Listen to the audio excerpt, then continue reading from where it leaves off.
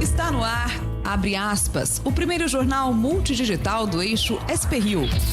Abre aspas. Mais um abre aspas, já agradecendo a sua audiência aqui no facebook.com/SPRio+, e depois, na íntegra, o conteúdo estará no spriomais.com.br.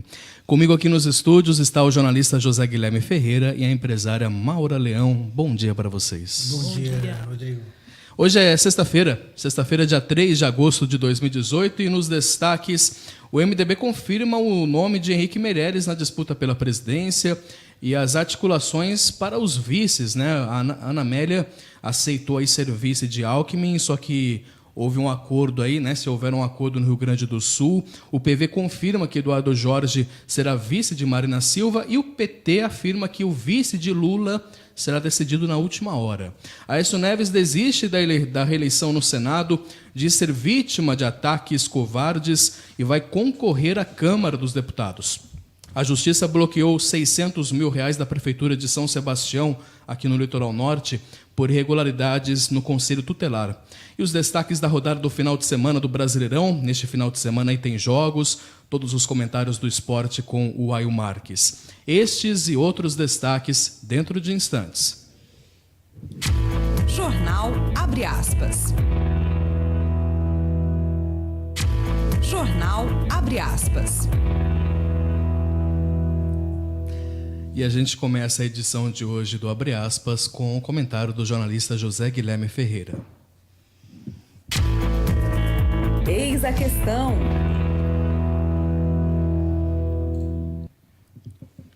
E os vices, hein? No Brasil, eles têm sido importantes ao longo da história, né? 8 vice-presidentes, a começar de Floriano Peixoto, tiveram, de uma maneira ou de outra, de assumir o governo. Itamar é sempre lembrado ao substituir Collor e pelo Plano Real. Temer está aí carregando uma impopularidade nunca vista depois de Dilma empichada. No meio político até brincam que quem não quer ser presidente, que não seja vice.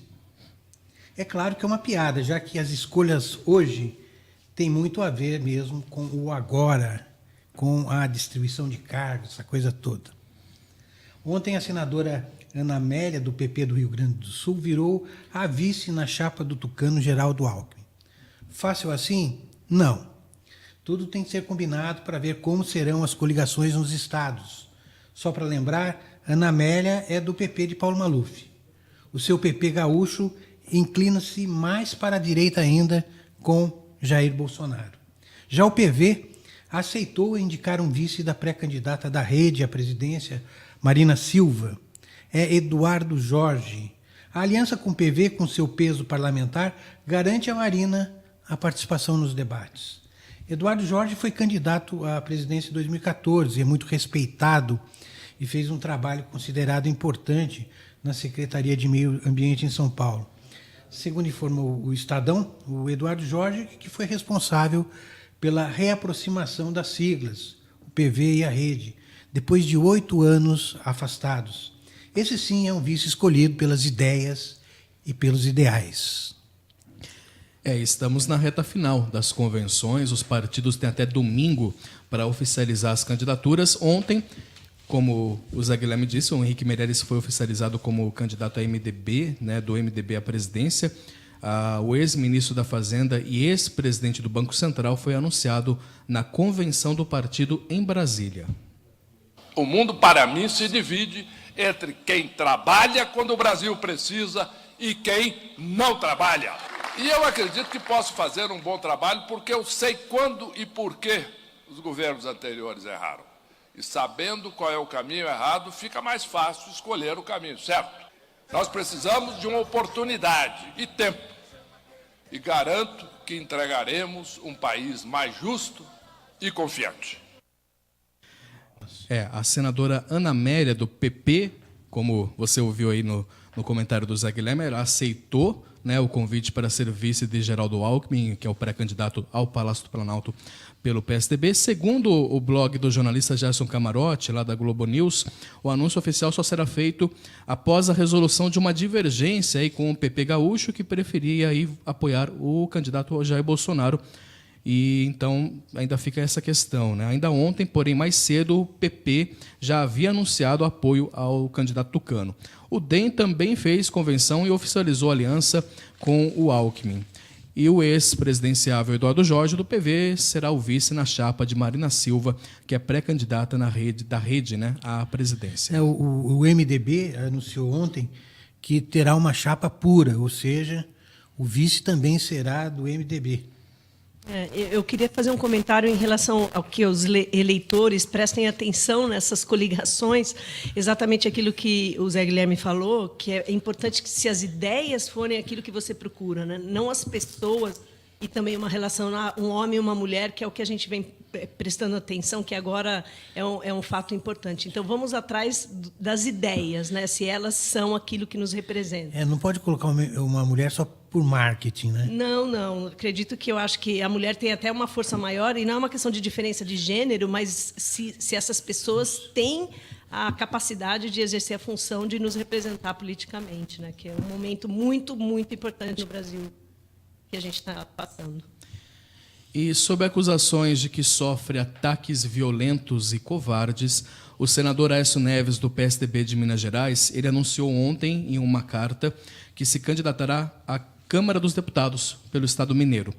Em abril deste ano, a primeira turma do Supremo Tribunal Federal aceitou a denúncia apresentada pela Procuradoria-Geral da República contra o senador Aécio Neves sob a acusação de crimes de corrupção passiva e obstrução de justiça. Com a decisão, o Tucano se tornou réu pela primeira vez. A denúncia contra Aécio teve como base a delação dos executivos da JF, divulgada em 2017, na qual o Tucano foi flagrado pedindo R$2 milhões ao empresário Joesley Batista. Nas gravações, Aécio afirma que o dinheiro seria usado para pagar despesas com advogados. Inicialmente, Aécio cogitou tentar se reeleger ao Senado ou até mesmo não participar das eleições deste ano. No entanto, acabou optando pela Câmara dos Deputados, para a qual são necessários menos votos, né, para se eleger do que o Senado. Em 2014, Aécio Neves recebeu mais de 51 milhões de votos na eleição para presidente.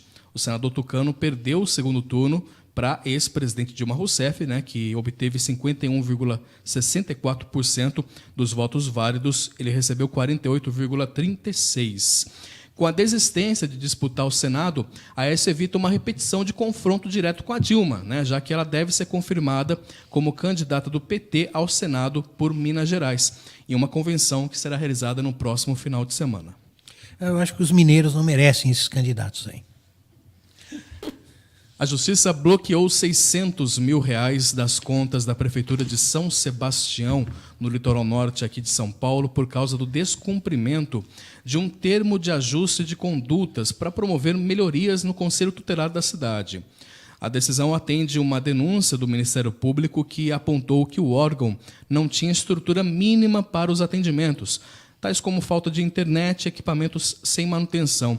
O termo de ajustamento de conduta previa novas instalações, computadores, redes de internet, telefone e equipamentos para o suporte no atendimento, além de capacitação para os conselheiros tutelares. Em nota, a Prefeitura de São Sebastião informou que recorre dessa decisão da Justiça. O Supremo Tribunal Federal vai julgar temas polêmicos nesse segundo semestre, entre eles se animais podem ser sacrificados em rituais religiosos. A prática da utilização de animais em rituais, a sacralização, é muito antiga em algumas religiões, mas poderá ter um fim a partir da justificativa de que são mortos de forma cruel, segundo a ação interposta pelo Ministério Público do Rio Grande do Sul. Para decidir a legalidade da sacralização, o Supremo Tribunal Federal realizará 9 de agosto, em Brasília, o julgamento da ação. Representantes das religiões de matriz africana criticam uma possível proibição. A umbandista Kátia acredita que o caso é estimulado pelo preconceito. Há um grande preconceito não só na questão da matança de animais, como na própria religião. Umas religiões que não aceitam as outras.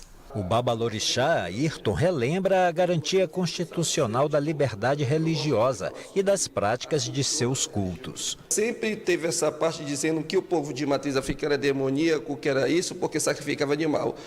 Que a gente não sacrifica animal. Quem sacrifica animal são esses abatedouros que tem por aí, que maltratam os animais, entendeu? Fazendo essa parte. Para a antropóloga, a prática da sacralização é fundamental na liturgia de várias religiões. O que não fica claro é o objetivo da ação a ser julgada. Nós precisamos entender, inicialmente, quando a gente pensa numa lei, num país que tem uma Constituição cidadã, né, pensar aonde nós queremos chegar com essa lei. Se nós pensarmos, por exemplo, na perspectiva das religiões, que são dialogadas à luz das suas bases socioculturais, né? Cada povo se estabelece à luz das suas tradições. Mas o ativista das causas dos animais defende a proibição. Qualquer tipo de modalidade de crueldade aos animais é vedado por texto constitucional, seja lá para fim de culto ou para fim de consumo, desde que, dentro dessa condição, o animal venha a sofrer dores. Larissa, na monografia de conclusão do curso de Direito, abordou a questão. Assim como a liberdade religiosa, o ordenamento jurídico e o Estado laico, ele vem justamente dar uma coexistência pacífica aos diversos direitos tutelados pela Constituição. Acho que essas questões ficam cada vez mais polêmicas diante do mundo dos pets, né? Cada vez mais o homem apegado aos animais, né? No Brasil, por exemplo, eu levantei um dado aqui, são 132 milhões de animais de estimação, né? Então, mesmo sendo, você vendo que são animais, sacrificados animais como cabras, bodes e tal, mesmo assim há essa questão do clima de relação do homem com o animal, né? Eu acho que tem que entender exatamente qual é a função desse ritual, porque são rituais aí, acho que milenares, né? Existe uma falta talvez de desconhecimento do que isso significa, mas eu acho que se tiver transparência, um esclarecimento do porquê isso vai ser realizado, é mais fácil de se compreender, né? Exatamente. Muito bem, vamos aos indicadores financeiros, falar de mercado. Neste momento, na sua tela está aparecendo aí as cotações. O dólar comercial ontem encerrou com uma queda, né, de menos 0,06%, cotado a R$ 3,75. Dólar turismo ainda permanece abaixo dos R$ 4,00, R$ 3,96, mas com uma alta aí de 1,53%. E o pregão da Bolsa de Valores aqui de São Paulo teve uma alta, né, encerrou com alta de 0,42%. A produção da indústria no país fechou o mês de junho com um crescimento recorde, recuperando o prejuízo causado pela greve dos caminhoneiros. Os dados são do IBGE. O mês de junho teve a maior alta da série histórica da produção industrial do Brasil, com um crescimento de 13,1% em relação ao mês anterior. Em maio, por influência da greve dos caminhoneiros, o setor teve queda de 11%. O balanço do primeiro semestre mostra que a indústria acumula uma alta de 2,3% em 2018. Houve uma recuperação importante desse movimento da greve dos caminhoneiros, que teve um caráter pontual. É claro que o setor industrial volta num patamar superior ao que ele tinha no mês de abril, mas a indústria ainda tem um espaço importante a ser percorrido para zerar todas as perdas do passado. O melhor resultado da indústria no Brasil ocorreu em maio de 2011, quando o índice com ajuste sazonal chegou a 105 pontos. Com a crise, a taxa recuou, chegando a 83 em outubro de 2016. Desde então, a indústria estava se recuperando, porém, em maio deste ano, ocorreu uma queda brusca, mas em junho, o crescimento retomou. Especialistas apontam que, apesar das oscilações, a economia deve continuar crescendo, de forma lenta e gradual. Acho que o esperado para o ano não é uma recuperação vigorosa, mas é uma recuperação que o resultado de junho mostra que ainda está em curso. E com possíveis ruídos, dado o nível de incerteza aumentando, com a proximidade das eleições e o cenário internacional. Muito bem, nós vamos rapidamente para o intervalo, mas você, amigo internauta, amigo ouvinte, permaneça na sintonia, na audiência. Já já retornamos. Jornal Abre Aspas. Jornal Abre Aspas. Muito bem, retornando aqui com o Jornal Abre Aspas, na edição desta sexta-feira, dia 3 de agosto de 2018. E você que acompanha com a gente pelo Facebook, também no nosso portal sprriomais.com.br, já notou a presença do Murilo, o Murilo Magalhães, que ele é jornalista e ativista. Ele vai comentar com a gente sobre uma novidade que está sendo colocada aqui na nossa região e nas eleições deste ano, que é uma candidatura coletiva. A gente vai explicar já sobre isso. Murilo, muito bom dia, tudo bem? Bom dia, agradecer o convite, bom dia a todos os nossos ouvintes aí. Já vamos conversar sobre isso, mas antes eu quero chamar a previsão do tempo, até porque final de semana está chegando, muita gente está se programando para sair. Como é que vai ficar esse tempo, meu Deus do céu? Será que vai permanecer esse friozinho, chuva? Caio Souza, fala, Caio. Fala, Rodrigo Fernandes, e seguiremos com um tempo bem instável aqui em todas as cidades da nossa região nessa sexta-feira. Nós teremos um dia aí de céu predominantemente nublado, com vento até moderado que diminui a sensação térmica e possibilidade de chuva fraca a qualquer momento.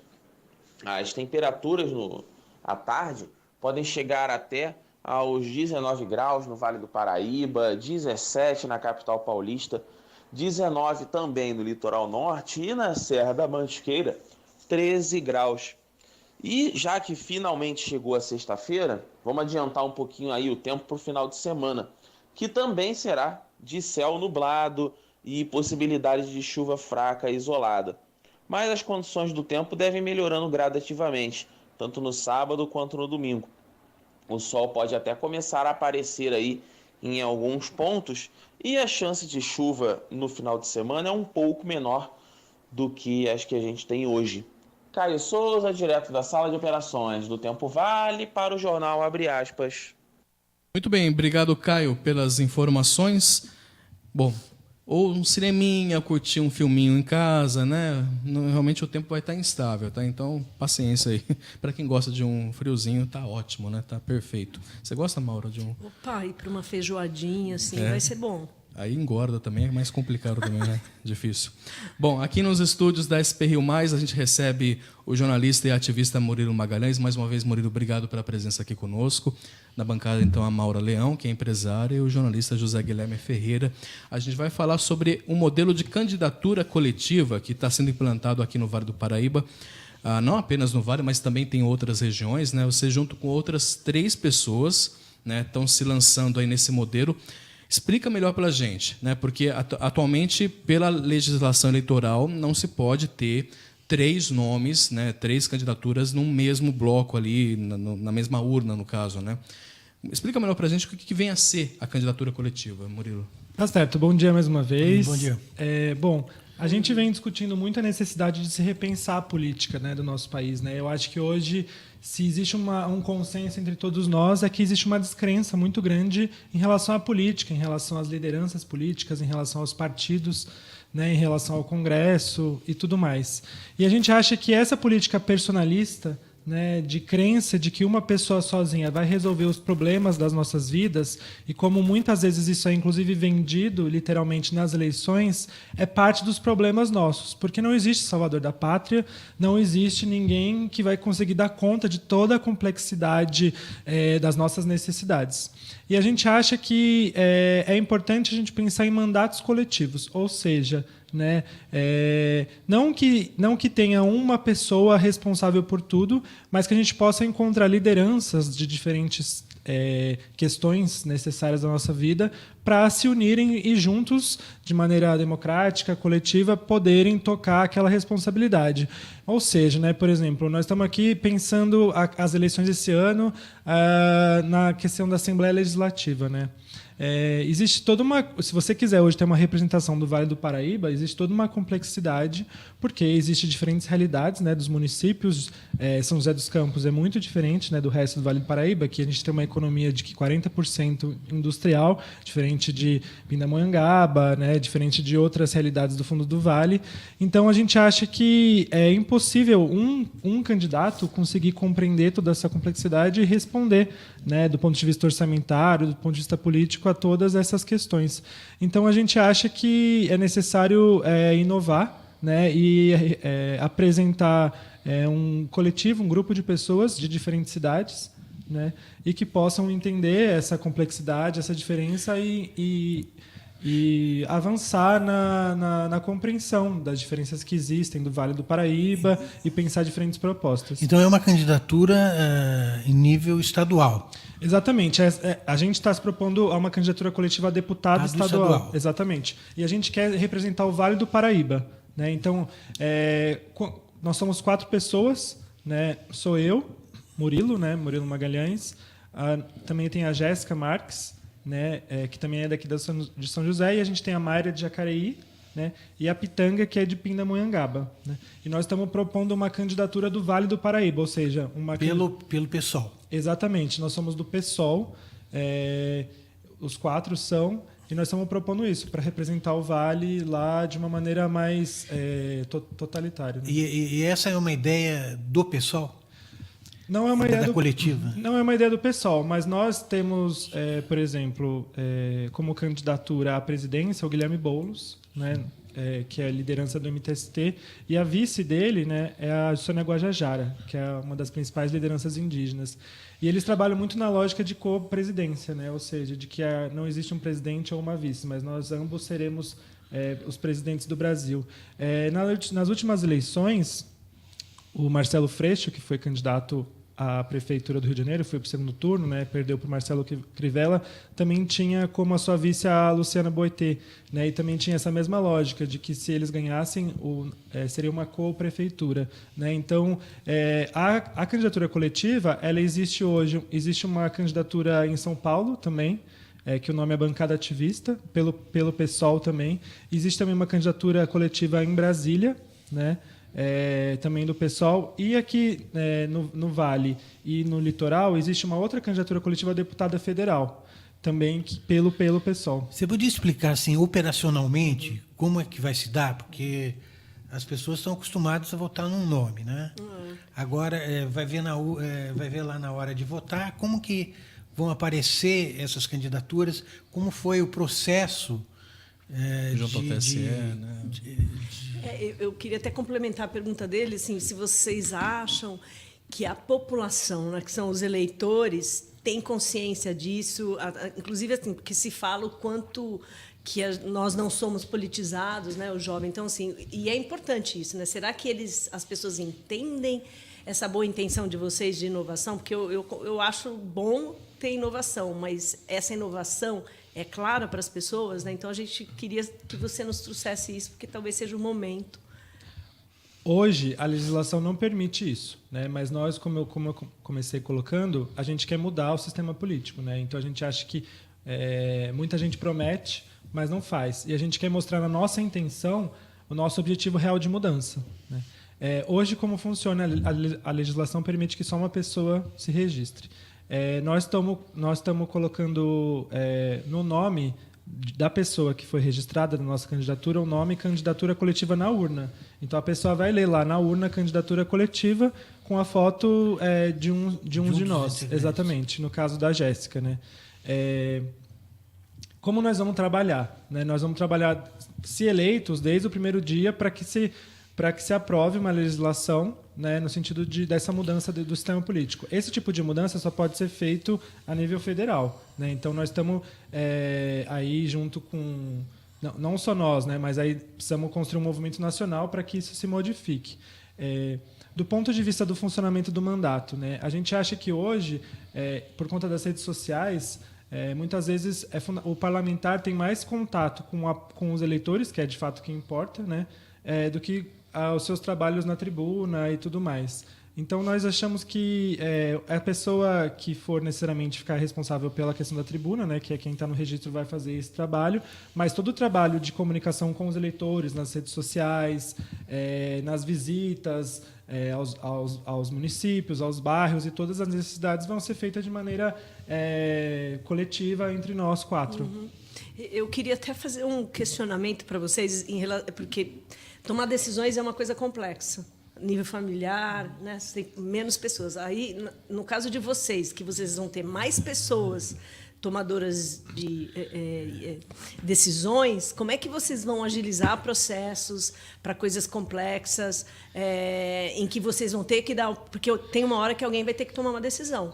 E como é que vocês vão chegar nesse consenso? Porque é difícil chegar num consenso. Aí eu queria entender como é que vocês vão fazer isso, considerando que são pessoas diferentes, com ideias diferentes, apesar de ser um coletivo.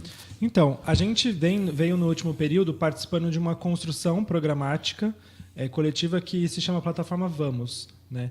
E nós realizamos cerca de 11 debates de diferentes eixos, né? Então, economia, meio ambiente, território, mobilidade urbana, cultura, educação, e por aí vai. E a gente conseguiu estabelecer um programa, né? Com propostas. Então, a gente vai defender na nossa candidatura esse programa. Então, nós temos já um programa coletivo entre nós.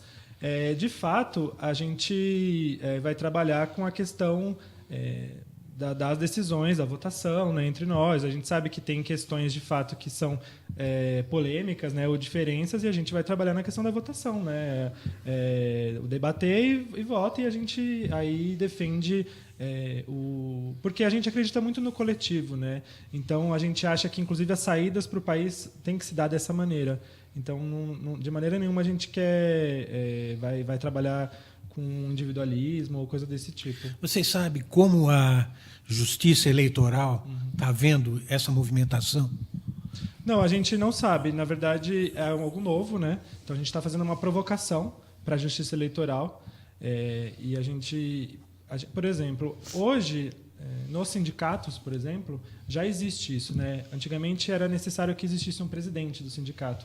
Hoje já existe a diretoria, né, executiva, ou seja, já tem sindicatos hoje que não tem mais necessidade de presidente, né? Então já existe esses modelos, e a gente quer também que esse modelo seja aplicado na política eleitoral. O Tribunal Superior Eleitoral ele não tem ainda nada definido quanto a isso, mas ele está percebendo esse movimento, mas isso vai ser colocado em futura pauta dentro da corte, não tem ainda previsão para isso ser colocado em pauta, mas uma das regras é que eles exigem que seja bem explícito durante a campanha eleitoral que a pessoa que for votar em um vai estar puxando outros também, no caso, puxando entre aspas, porque vocês, de forma, pela lei eleitoral, vocês estão registrando apenas um nome, mas quando você vota naquele nome, você vai estar no coletivo, puxando para o gabinete outros 3. Mas eu acho que o objetivo de vocês é realmente mostrar que existe o coletivo, né? Exatamente. E a gente quer colocar que, em primeiro lugar, fazer essa provocação de que um indivíduo não resolve os problemas, né? Individualmente você não resolve os problemas da sua vida, né? A gente sabe que o ser humano precisa do outro, né, para conseguir sobreviver. Então a gente quer fazer essa provocação. A gente acha que nesse momento político do país isso é fundamental, porque a gente acha que a saída política que o país precisa é uma saída coletiva, né, e não individual, e iniciar esse debate na sociedade mesmo. A gente acha que, de fato, é novo, então existe uma incompreensão da população acerca disso, né? Mas a gente acha que é necessário fazer esse debate, essa provocação, para a gente construir uma nova cultura política no país, né? Porque essa questão do individualismo e da crença de um único líder, eu acho que, inclusive, é um dos grandes problemas na política, né? A gente vê sempre isso nas eleições, né? Então, é um doutor, é um médico, é um grande empresário, ou mesmo uma liderança de bairro que vende a ideia de que ele, se eleito, vai resolver todos os problemas, né? E muitas vezes, quando se elege, esquece dos seus eleitores, né? Então, a gente, nessa provocação que a gente está fazendo de uma candidatura coletiva, a gente já propõe uma conexão, né, com os eleitores, né? Ou seja, se você não vai decidir algo sozinho, você vai decidir entre 4, então por que não decidir entre todos aqueles que te elegeram, né? A novidade da candidatura coletiva também pressupõe também uma novidade no conteúdo das propostas desse coletivo, né? Eu gostaria que você... Qual é a grande preocupação hoje do seu coletivo em relação aos problemas da nossa região?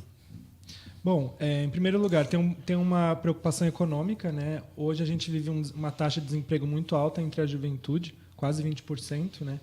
Fruto da crise econômica do país. A gente acha que as reformas que aconteceram durante o governo Temer, que prometiam mais empregos, não aconteceram, isso aqui no Vale do Paraíba, né? Então, após a reforma trabalhista, que foi vendida como uma grande salvação para a criação de mais empregos, isso não aconteceu. A situação do desemprego, principalmente entre a juventude, se aprofunda aqui na região. Isso é um tema muito importante. Um outro tema que a gente está trazendo muito é a questão da educação. A gente acha que a educação ela não pode ser alvo de projetos políticos que censurem ela. Então, nós somos contra o projeto Escola Sem Partido e contra o projeto que se denomina contra a ideologia de gênero. A gente, inclusive, não acredita que exista o termo ideologia de gênero, né? A gente acha que é fundamental ter liberdade entre os professores para fazer o debate nas escolas, na educação, e também a gente acha que debater gênero na educação é uma forma de proteger as crianças, porque é necessário a criança entender muitas questões para ela não sofrer violência sexual, não ser vítima de pedofilia e não ser vítima também de preconceito dentro da escola. Outro tema muito importante para a gente é o tema da cultura, né? A gente acha que existe um desmonte da cultura hoje, não à toa a nível nacional e também aqui a nível da região. A gente acha que a Fundação Cultural Cassiano Ricardo de São José dos Campos ela é um bem público que tem que ser defendido. Ainda não existe uma compreensão se de fato ela é algo público ou privado. A gente acha que ela tem que ter esse caráter definitivo enquanto público, porque a gente acredita que a cultura tem que ter uma gestão independente do poder público, né? Ou seja, os próprios artistas, os próprios trabalhadores da cultura têm que ter fazer a gestão, né? E o Sistema Nacional de Cultura ele já prevê isso, né? E nessa área de cultura é a área que a gente vê mais os coletivos, né? Os coletivos estão pipocando muito mais nessa área de cultura. Exatamente. Hoje eu estou trabalhando no Fundo Municipal de Cultura, né? Num projeto de diversidade sexual. E o Fundo Municipal de Cultura é resultado de um processo de luta, né, dos artistas da nossa cidade, né? Então, ou seja, eles se unem e exigem um orçamento, né, do poder público para que eles possam realizar uma contrapartida cultural, né, para a população. E a gente viu, né, há 2 anos atrás, uma ameaça de talvez retirada do prédio da Fundação Cultural, né, por conta da situação lá. E isso até hoje também está, enfim, ainda muito nebuloso, né? Então a gente defende a valorização dos pontos de cultura, né, que também a gente acha que é muito importante. Hoje, se a gente pensa em cultura, aqui em São José dos Campos, a gente pensa muito no SESC, que é uma instituição privada, né? Então, ou seja, se isso já existe, já significa aí que existe um desafio para o poder público nesse sentido, né? E outro tema muito importante para a gente é o debate contra o preconceito, né, em relação às mulheres, a negros e negras e a população LGBT. Né? Isso também é muito importante. A gente acha que essas eleições elas são marcadas muito pelo discurso de ódio, né, por conta de as candidaturas de direita. Exatamente. Então a gente também acha que é fundamental nessas eleições nós defendemos os direitos humanos e até mesmo a Constituição Federal, porque hoje até mesmo você defender a Constituição Federal, em algumas vezes você é taxado de esquerda, comunista ou coisa do tipo, né? Infelizmente por conta dessa nova configuração política. Então a gente também acha importante demarcar essa defesa dos direitos humanos, dos direitos das necessidades específicas de quem não são garantidos direitos, e é um pouco isso. Bom, para a gente encerrar, é nítida, né, a descrença do brasileiro diante da política. A gente está desacreditado, a gente está desculpa o termo, a gente está de saco cheio dessa política corrupta e tudo mais. E essa busca por uma renovação na política. Porém, a gente sempre vê na disputa, nas primeiras colocações, os mesmos nomes, ou seja, a política velha. Você acredita que esse pedido de renovação ele vai, de fato, ser colocado em prática e vocês estão preparados para enfrentar essa política velha, esse modelo? É uma necessidade enfrentar a política velha. Ou a gente fica em casa, ou a gente vai para a rua e enfrenta ela agora nas eleições. Nós somos 4 jovens, né? A gente está participando das eleições pela primeira vez nas nossas vidas e a gente aceitou esse desafio. A gente acha que a juventude, que hoje é a mais afetada por conta da crise econômica e política, ela tem que se colocar como em primeiro lugar, nessa situação, para responder a toda essa situação, porque, de fato, é quem ela vai sofrer. Hoje, aprovando uma reforma da Previdência agora, quem vai sofrer os resultados disso somos nós, que talvez nem tenhamos direito à Previdência, né, daqui a uns anos. Né? Então, é uma necessidade hoje, principalmente da juventude, responder a esse novo momento econômico e político do país e mudar, né, essa situação. E a gente acha que é possível. Murilo, obrigado, e estenda nosso agradecimento também às três. Quais são os nomes das três também? É a Jéssica, a Mayra e a Pitanga. Elas não estão aqui porque elas estão indo para Brasília, está tendo um festival hoje pelas mulheres. Para quem não sabe, pela primeira vez o Brasil vai discutir no STF a questão do aborto, né, que é uma questão que a gente defende como saúde da mulher. Né, é muito polêmico e a gente quer entrar nesse debate. E logo em seguida elas vão para a Argentina, porque na Argentina foi aprovado na Câmara de Deputados o direito ao aborto e agora vai ser discutido no Senado. Então elas também estarão lá. E aí eu vou ficar aqui fazendo a campanha e elas na Argentina nas redes sociais fazendo a campanha. Mas tem uma organização também na Praça do Sapo agora no sábado, não é? Isso. Vocês vão estar se movimentando. É ligado também a... Nesse sábado agora, às 10 horas da manhã, a gente vai começar a fazer toda a mobilização da nossa campanha. Então quem quiser se envolver na nossa campanha, na campanha do PSOL, a gente vai estar agora sábado, dia 4, a partir das 10 horas na Praça do Sapo, que fica no centro aqui de São José dos Campos. Perfeito. Murilo, boa sorte, né, nessa empreitada e com a campanha toda, e obrigado pela presença aqui no nosso estúdio. Obrigado, eu que agradeço. Boa sorte para vocês. Muito bem, nós vamos para o intervalo. O intervalo é rápido, mas você permaneça conosco que a gente continua com as informações e também tem notícias do esporte.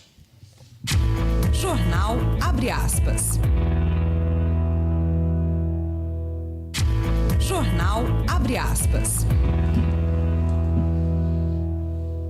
E retornando com o Jornal Abre Aspas, lembrando que você acompanha sempre a partir das 7h30 da manhã, ao vivo, pelo facebook.com/SPRio+, e depois na íntegra você tem disponível no nosso canal no YouTube e também no portal sprimais.com.br. Olha, em menos de um mês, o preço do litro de gasolina variou até 10,67% no Vale do Paraíba, segundo o levantamento com base em pesquisa dos preços da ANP, Agência Nacional de Petróleo. Em São José dos Campos, o preço do litro da gasolina variou de R$ 4,02 em junho para R$ 4,44 em julho, considerado aí a diferença entre o menor e o maior valor cobrado em impostos da cidade. O combustível podia ser encontrado com diferença de 43 centavos no preço do litro. São José também registra a maior variação no preço do litro do etanol em 30 dias, 21,42%. E por conta aí da greve dos caminhoneiros, o combustível acumula alta de 20,98% na cidade desde maio. Bom, falando sobre a questão do reservatório, aqui também a gente está falando sobre esse clima seco. A gente começou a ter mais chuvas agora, né, Zé, com relação aí, mas a gente está enfrentando realmente uma escassez também nos reservatórios. Apesar de chover, ainda permanece abaixo da média. O reservatório equivalente, que é a média do volume das 4 represas da bacia do Rio Paraíba do Sul, perdeu 15% de volume útil no mês de julho. Trata-se da maior redução da água reservada em um período de 30 dias neste ano. Nos reservatórios da região, que são os de Paraibuna, Santa Branca, Jaguari e o reservatório de Funil, caso esse percentual de queda se mantenha pelos próximos 2 meses, ainda dentro do período de estiagem, o volume útil das represas pode chegar a 0 antes da temporada chuvosa prevista para novembro. Um dos mais afetados foi o reservatório de Jaguari, utilizado aí para a geração de energia. Em um mês, a represa perdeu 24,59% do volume útil. Paraibuna vem em seguida, maior e mais importante a represa da bacia. O reservatório perdeu 16,46% de volume nos últimos 30 dias. Economia de água, mas também a água também sendo gerada para energia. Então tem toda essa questão, né, de você economizar água, mas também economizar energia. Não está muito, né, não está fácil, a gente não pode perder a mão aí com relação a isso, para não ter aquela... o que a gente já passou, né? Infelizmente, já passamos por um perrengue muito grande em 2014 aí, com essa crise hídrica, né? Muito bem, 8h27, e agora momento de falarmos de esportes. Linha de frente. Aí o Marques está comigo ao vivo para falar sobre o esporte, para falar sobre futebol e outras modalidades. Aí, muito bom dia.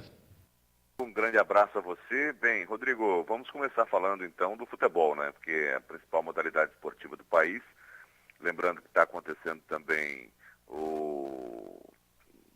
jogos importantes de tênis neste final de semana, envolvendo aí atletas brasileiros na Itália, nos Estados Unidos, mas enfim, como o Brasil não vai nada bem em outras modalidades, vamos pelo menos destacando aí o futebol. Ontem tivemos Copa Sul-Americana com 2 brasileiros em campo. O São Paulo foi surpreendido pelo Colón da Argentina e acabou perdendo por 1-0 no Morumbi. Já o Fluminense venceu a equipe do Defensor do Uruguai por 2-0 no Maracanã. O Fluminense, inclusive, com um lindo gol de Sornosa, estava tentando lembrar o nome do jogador do Fluminense, que acabou fazendo um gol olímpico. Há muito tempo não ouvia falar sobre um gol olímpico, e ontem o Sornosa acabou fazendo um belo gol. Bem, ontem também tivemos o Palmeiras, né, empatando com o Bahia pela Copa do Brasil, jogo de ida com a utilização do VAR, que acabou expulsando o Daverson. O Daverson agrediu um jogador do Bahia, atacante que foi escalado pelo Felipão a longa distância. O Felipão, que não está acompanhando ainda o Palmeiras de perto, acabou pedindo para que o Daverson fosse escalado como centroavante titular. O Daverson foi escalado e acabou sendo expulso numa cotovelada no finalzinho da partida, em que o Bahia acabou empatando em 0-0 com o Palmeiras. O jogo da volta acontecerá daqui a 15 dias, também numa quinta-feira, no Allianz Parque. A Confederação Brasileira de Futebol, que já renovou com o Tite, ontem afirmou que o saldo foi positivo no Mundial da Rússia, além de comemorar aí a manutenção do técnico Tite. Nada é muito transparente na CBF. E estamos aguardando aí também o pronunciamento do Tite, né, para saber onde é que foram os erros aí da partida contra a equipe da Bélgica, e se realmente foi aquela farra que anunciaram aí com relação aos problemas na concentração, com a participação de muita gente que não era para estar lá. Tudo isso ainda aguardando aí. Tudo vai depender do pronunciamento do Tite, e se a CBF, o que eu não acredito muito, vai nos trazer. Bem, por falar em CBF, eu me lembrei da Federação Paulista de Futebol. O presidente do Bragantino, Marco Antônio Chedid, que tinha anunciado aí que disputaria a eleição da Federação Paulista de Futebol no próximo dia 30 de agosto contra o atual mandatário, o Reinaldo Carneiro Bastos, anunciou ontem que desistiu de concorrer à presidência. Portanto, por conta do prazo, nós só teremos um concorrente para a eleição do dia 30 de agosto. Eu acho engraçado, porque não é possível que seja unânime a situação dos clubes do estado de São Paulo com relação ao presidente Reinaldo Carneiro Bastos. Não estou aqui fazendo valor de juízo, ou juízo de valor, né, no caso. Com relação à capacidade, com relação ao Reinaldo Carneiro Bastos. Agora, o que me chama a atenção é que não tem ninguém para concorrer. Eu acho isso muito estranho, porque durante o campeonato começam a reclamar que isso não está bom, aquilo não está bom, mas assinam tudo o que é colocado. E aí nós temos a possibilidade de mudança com alternativas, com novos nomes, com apresentação, e ninguém se apresenta para disputar a eleição na Federação Paulista. Isso é que chama atenção. Nada contra, eu acho até que o Reinaldo vai ganhar a eleição, ou ganharia a eleição contra outro candidato. A questão é, como nós não temos ninguém novo se apresentando para disputar? Eu não sei se eles criam algum mecanismo que possa proteger, inclusive, Rodrigo, até pauta para vocês aí, porque há um levantamento aí extraoficial e não é fake, é um levantamento extraoficial e não é fake. Eu tenho acompanhado as eleições aí dentro dos partidos para a escolha dos candidatos, e a gente só está vendo gente da antiga, os mesmos de sempre ganhando a vaga para disputar. Parece que não houve muita renovação aí nos candidatos que irão disputar. O povo quer, mas parece que os partidos não estão deixando, viu? Até uma questão para ser levantada mais de perto. Eu tenho acompanhado aí e não tenho observado essa mudança nas alternativas dos novos nomes. Mas, de qualquer forma, eu estou falando de esportes, né? E para finalizar o esporte, no caso que eu estou falando do futebol, Rodrigo, só para lembrar aqui, olha, vamos só colocar uma situação importante aqui, porque tem rodada do Campeonato Brasileiro, é a 17ª rodada agora, Botafogo e Santos, no Engenhão às 4 da tarde, Grêmio e Flamengo às 19 e Corinthians e Atlético Paranaense às 9 da noite. Tudo isso no sábado. No domingo, nós teremos o Paraná e Ceará às 4 da tarde no Dorival de Brito, no Independência, América e Palmeiras, já com a presença do Felipão no banco de reservas. O Vitória e Cruzeiro também no Barradão, São Paulo e Vasco no Morumbi, Fluminense e Bahia, esse já às 19 horas no domingo. Ainda no domingo às 19, teremos Sport e Chapecoense na Ilha do Retiro e segunda-feira às 8 da noite tem Atlético Mineiro e Internacional. Rodrigo, um grande abraço, segunda-feira a gente volta a se falar e bom final de semana para vocês aí. Muito bem, obrigado Ail pelas informações, um ótimo final de semana para você e já estendo também os desejos de um ótimo final de semana para Maura. Obrigado mais uma vez, Maura, por estar conosco aqui na bancada do jornal e nos encontramos semana que vem.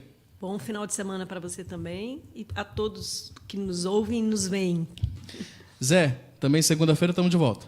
Estamos de volta. Um ótimo final de semana para você e a gente se encontra então a partir de segunda-feira, novamente a partir das 7h30 da manhã no Facebook. Lembrando que o conteúdo na íntegra está no spriomais.com.br. Um ótimo final de semana.